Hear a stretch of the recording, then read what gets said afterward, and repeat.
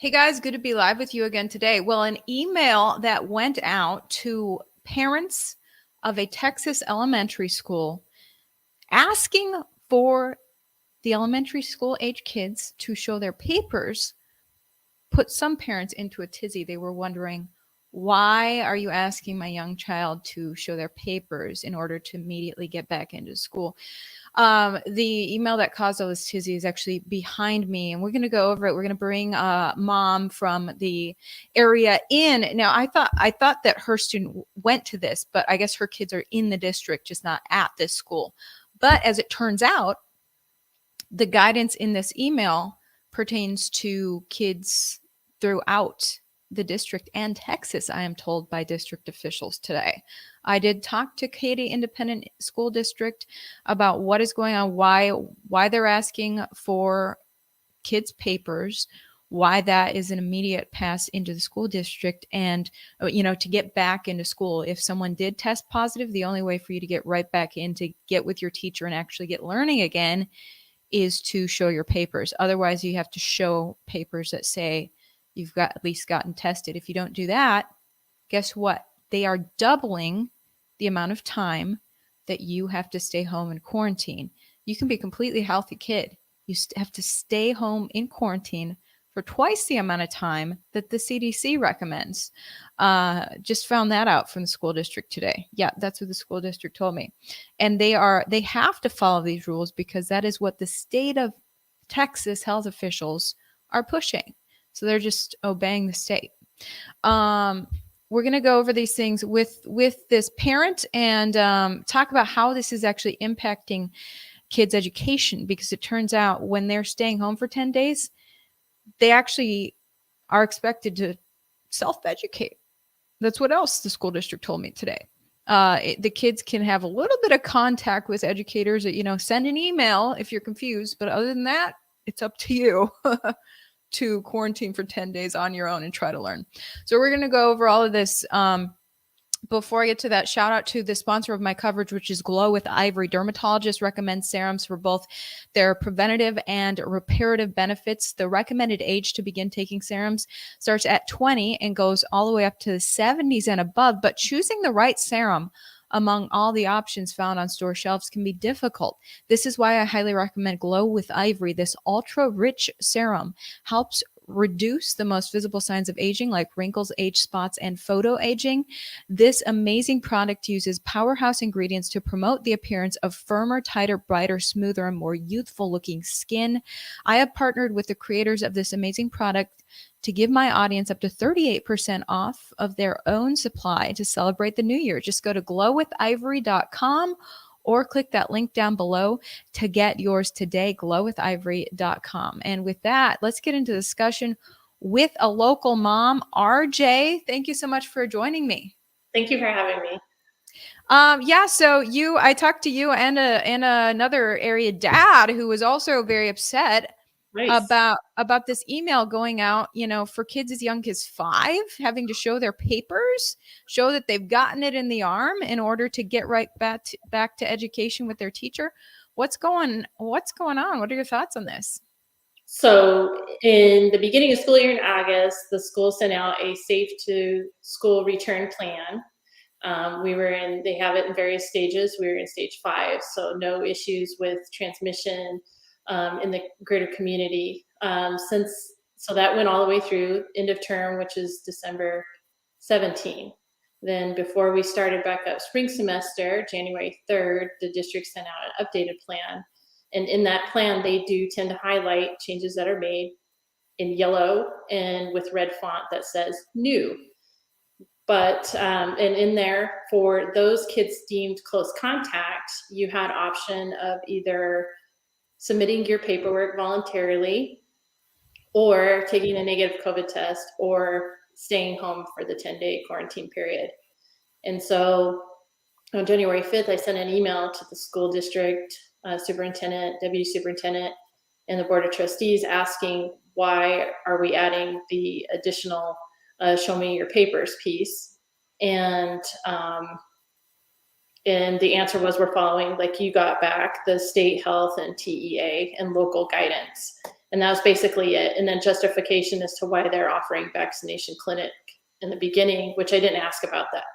And so then on the 7th, I looked again, and their plan has been updated January 5th, and the highlight was removed, and the new nomenclature was removed. And so it's black and white text. So if I were a parent on January 7th and I wanted to look at the plan, I would see that line item and think, that's not new. That's always been there. So then fast forward to this past week, or this week actually, the email circulated around a grade level classroom that was sent home due to 3 positive COVID tests, and the only way for your student to return was to either show your papers, go get a test, or quarantine for the 10 days. And so my argument to the school district was, if we're going to follow all of the guidance, a juiced child that's asymptomatic is the same as a unjuiced child that's asymptomatic. CDC says both have the exact same transmission rate. So it feels and smells like that passport. And so if that's the case, we're offering liberties to students that show their papers and maintain restrictions to those that choose not to share. And how does that make you feel?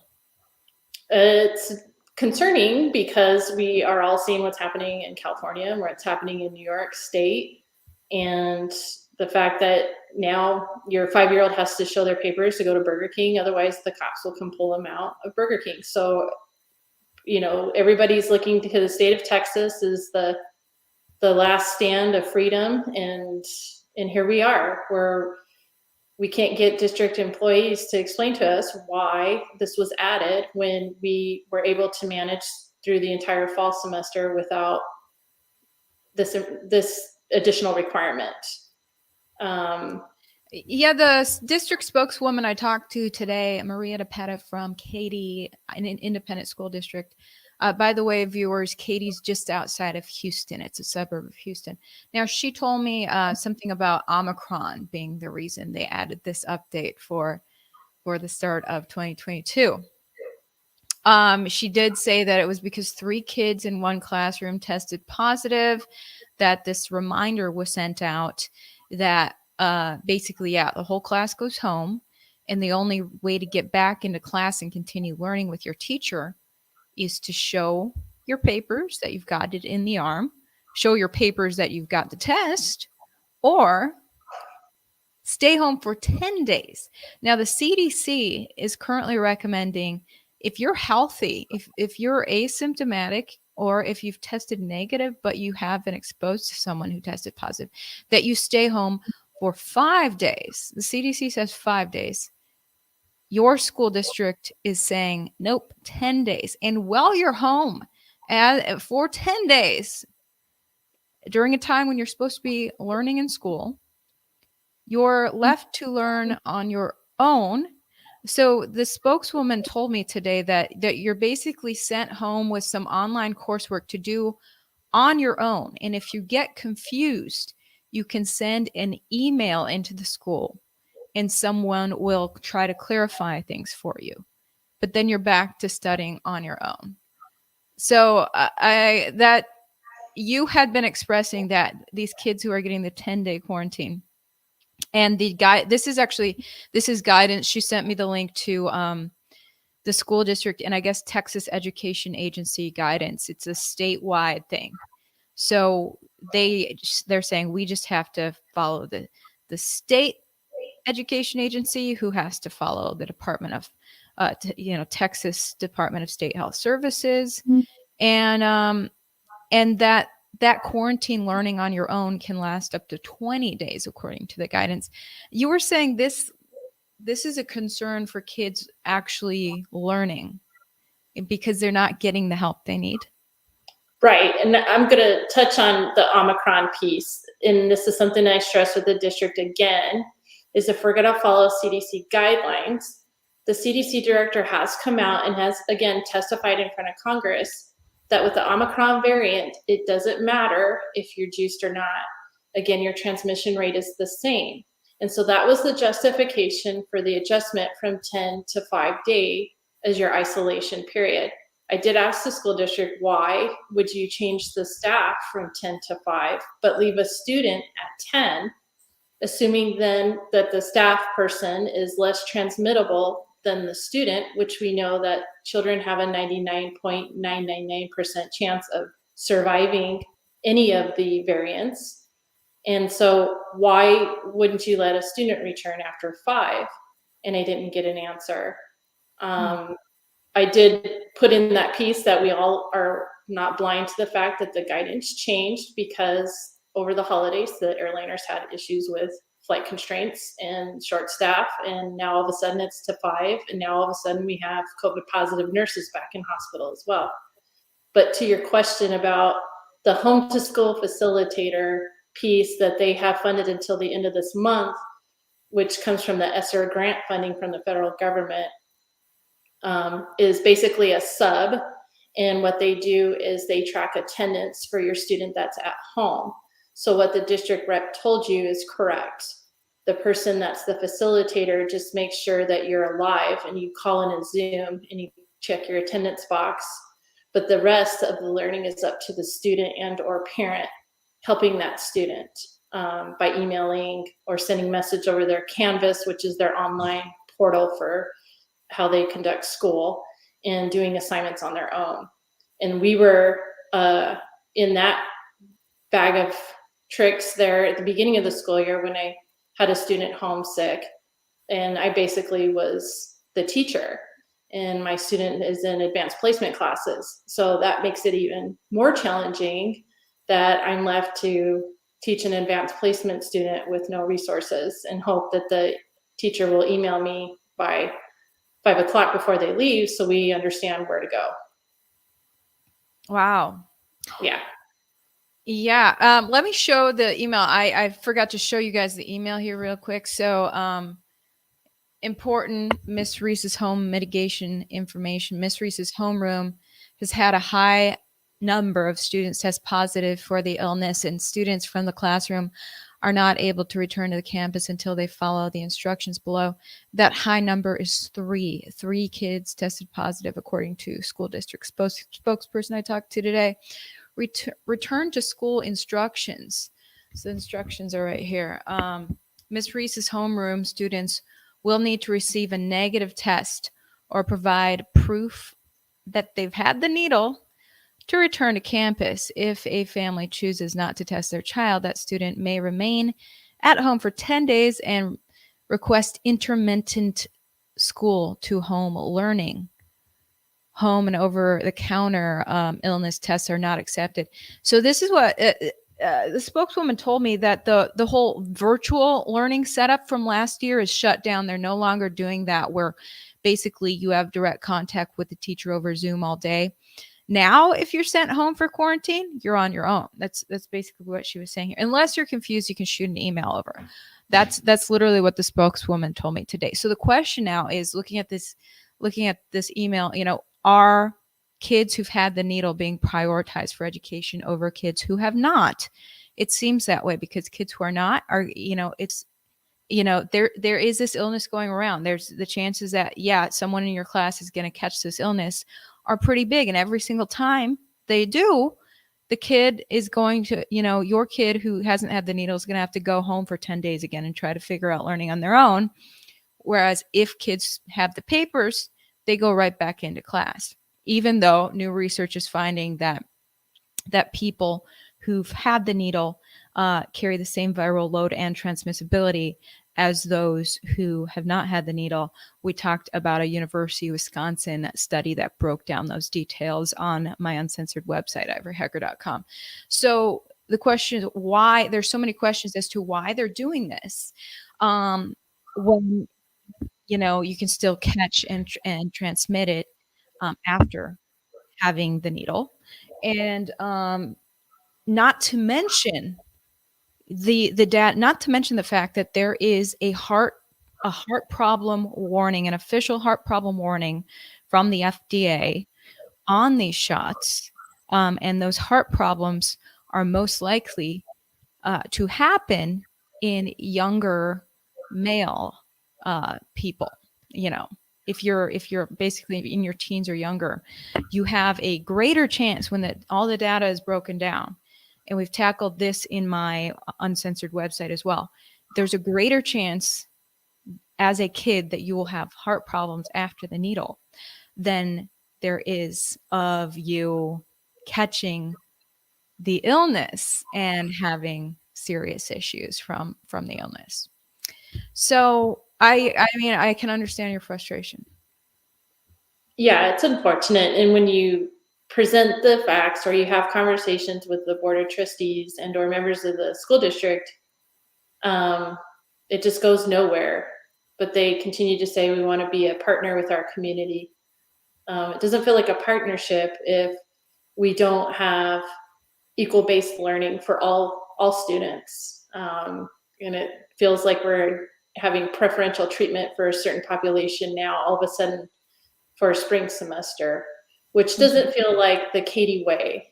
Let's be the legacy, but we'll leave some kids back with dampered learning. Yeah, I think a lot of Americans look to Texas and think of something different in their mind than what you're dealing with. Right. That Texas And I'm might surprised. Yeah, it's disappointing. We left and out of the country and we came back and we chose KDISD for a reason. And it's disappointing so far, to be honest. Have your kids, because I know your kids are in a different school in the district, are they have they been affected by anything weird like this? I know the school semester just started.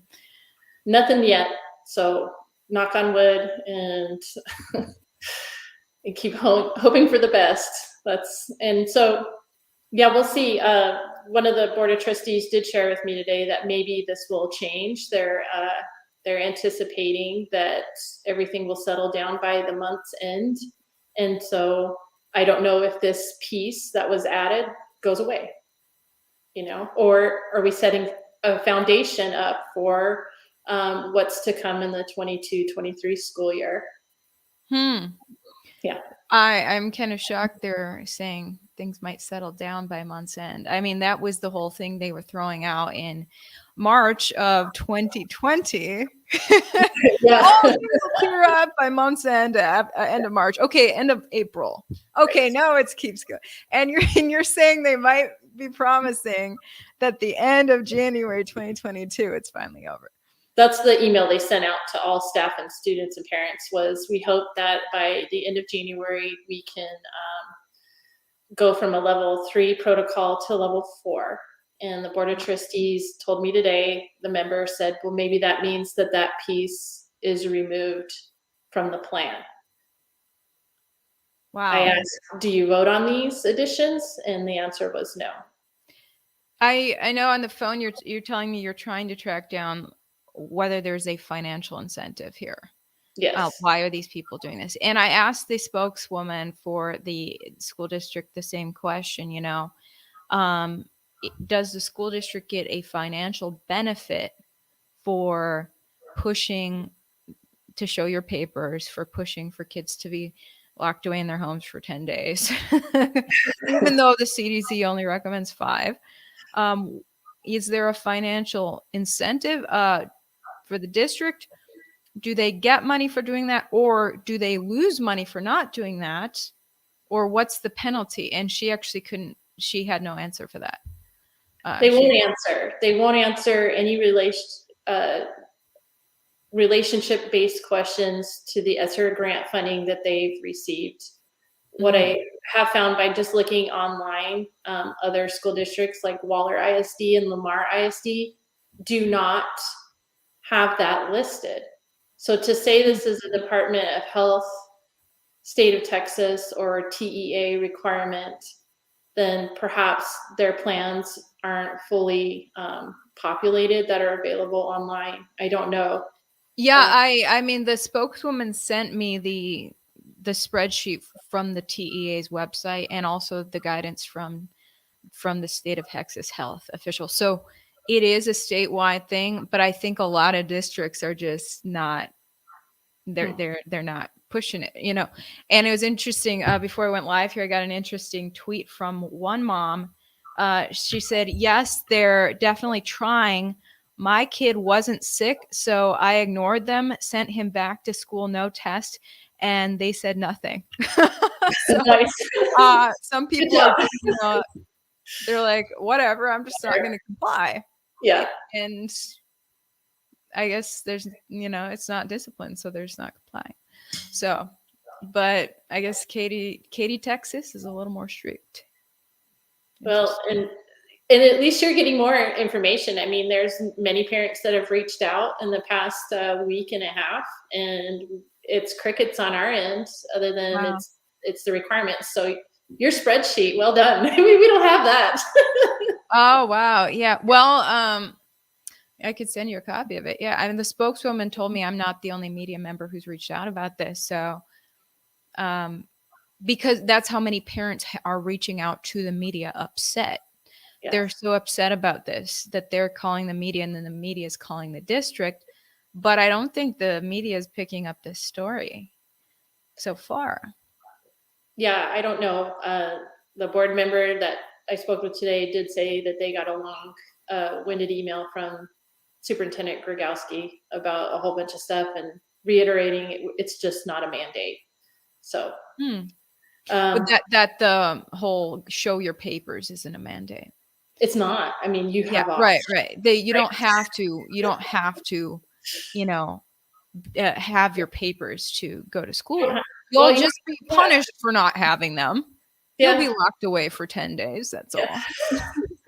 So, yeah, I know. And the spokeswoman told me, she's like, I know. They should have written voluntary showing your papers.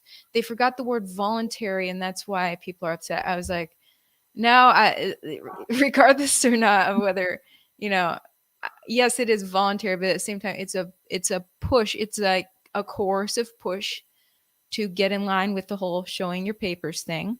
If Yes. you don't, life's going to be harder for you.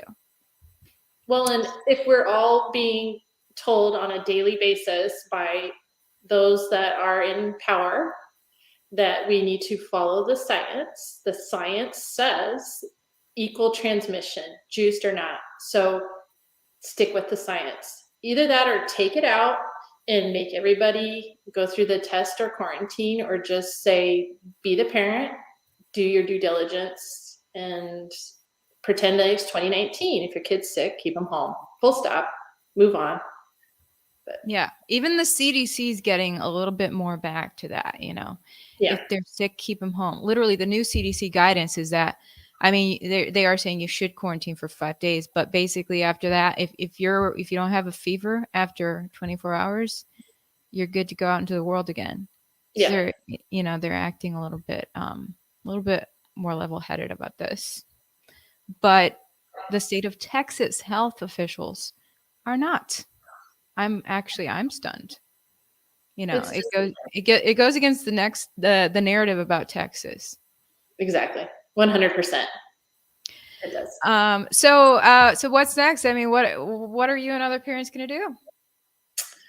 That's a good question. I sent out another email and I've requested board members to give me a call. I'm happy to have a conversation. A couple board members are up for reelection, and we'll see if those folks give a call back. If they want to talk to their constituents and hear their concerns and do what they said they were going to do when they campaigned and got the job. But it's up to parents really to speak up and stand up. Otherwise, this is just the beginning.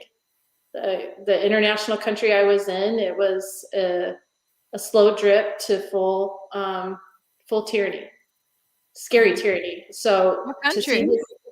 this, Canada, Oh yeah, it's getting bad there. it's really bad, and folks just don't understand. This is just the beginning if you don't speak up. Right. And yeah, you probably want to reach out to your to the TEA and maybe the governor too. And your representatives. I've reached out to Paxton's office, representative for my area, and he was supposed to follow up with TEA himself and the governor's office. So I'm still A waiting lot on. of a lot of parents are just like, screw it, I'm gonna homeschool. Yeah, it's looking like a better option every day. Yeah, yeah. Yeah. Okay, well, thank you so much for your time, RJ, and all the best to you and your family. Thank you very much for your time. Appreciate it. All right, we'll see you later.